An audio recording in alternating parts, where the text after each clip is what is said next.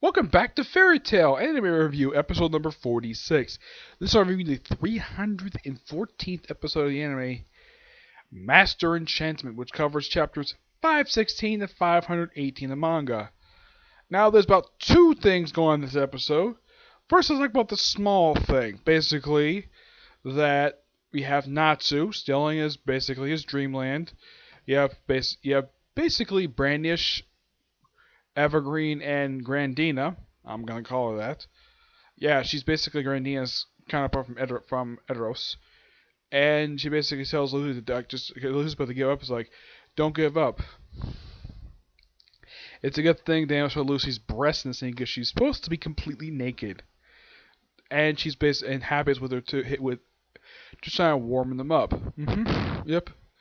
And we see that something in Natsu's mind takes form of Igneo, and explains that Natsu's got two seeds in him: the Dragon Seed, which some people would suspect Dragon Slayers have, and Demon Seed, which is something probably that Zera probably put inside him. And the reason why he feels different because of they're potentially merging to one. And that's the last to see of that. But most of this episode is just basically Urza and Wendy versus Irene. Oh, and by the way, her last name, Benderson, that's actually from the dragon she actually got her magic from. And she apparently did not know that because Wendy is basically host with Dragon Seed, thought at some point she was a dragon. Nope. Actually, she reveals to her that Grandina went inside her body and halted the growth of the Dragon Seed. And apparently all the other Dragon Slayers, like they mentioned Natsu, but they don't mention Sting, Rogue, or Ganjul. Yeah, for some reason they don't mention those three, but they mention Natsu, but not the other three Dragon Slayers. Nope. And it's like, I see. It's also basically just, and she used like various magic on her. And of course, apparently she used almost the same type of magic that Irene uses. And then she does something really weird. Then she does a body possession spell, which takes over Wendy's body. She also like the interest she has, like, man, it's like so young, it's so human again.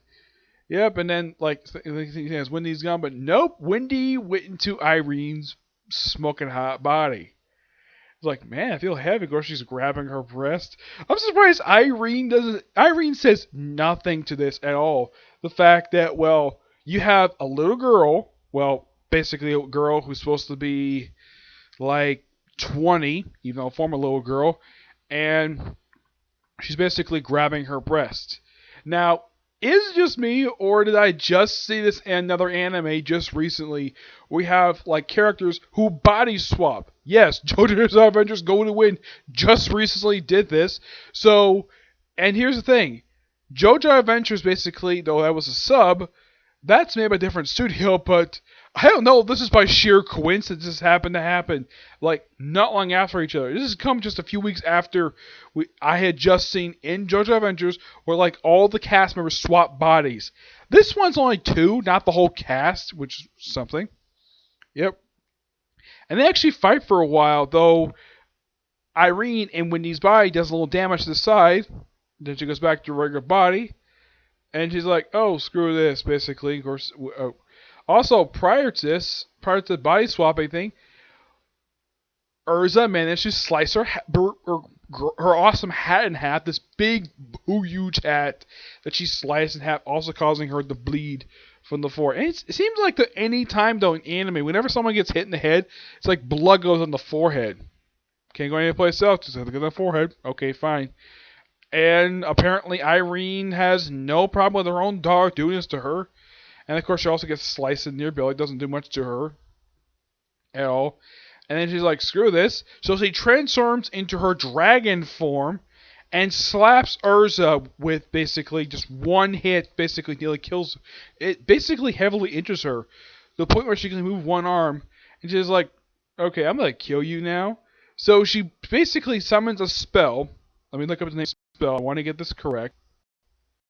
Yeah, there's a spell in this episode when it comes up, of course. It's like Des Ux something. It's not Universe 1. No. It's when it comes up here we go.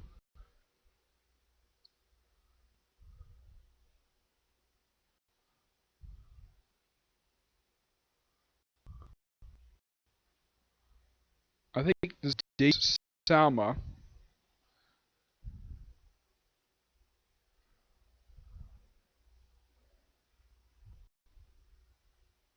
Oh yeah, she uses this particular thing to do something much more jaw-dropping than her transform into a dragon. Bring down a meteor from space. Yes, from outer space. Somehow she could bring down a freaking meteor. It was like, oh crap, that's coming down toward us. And then Urza, basically using one arm, jumps up to the air, summons a sword, and that's where the episode ends. Like, wow. One jaw drop moment to another for this episode. But this was a fantastic episode. Love it. I think Colin Clickenberry had a workout for this episode. I should point out, though, the actress who voices Irene, Cap Nelson, if you're watching this, yeah, she voices a character from a certain magical index. Look it up. She basically voices the same character. Also, for some reason, there's no Wikipedia page for her. I have no idea why, but yeah. But this is a awesome episode. Looking forward to next week. It kind of wraps up the story. And it looks like possibly Natsu gets out of his dreamland possibly next episode. Yeah, so that's it for this particular review. I have no videos planned for today. Tomorrow I have like maybe 3 planned for tomorrow. Review newest chapter of 7 Deadly Sins, which I'm going to do that tomorrow anyways. A movie review, and possibly review of the last 12 episodes of Magic Kaido 1412, and maybe the review of the OVAs for Magic Kaido, okay? But see you soon next review. Bye.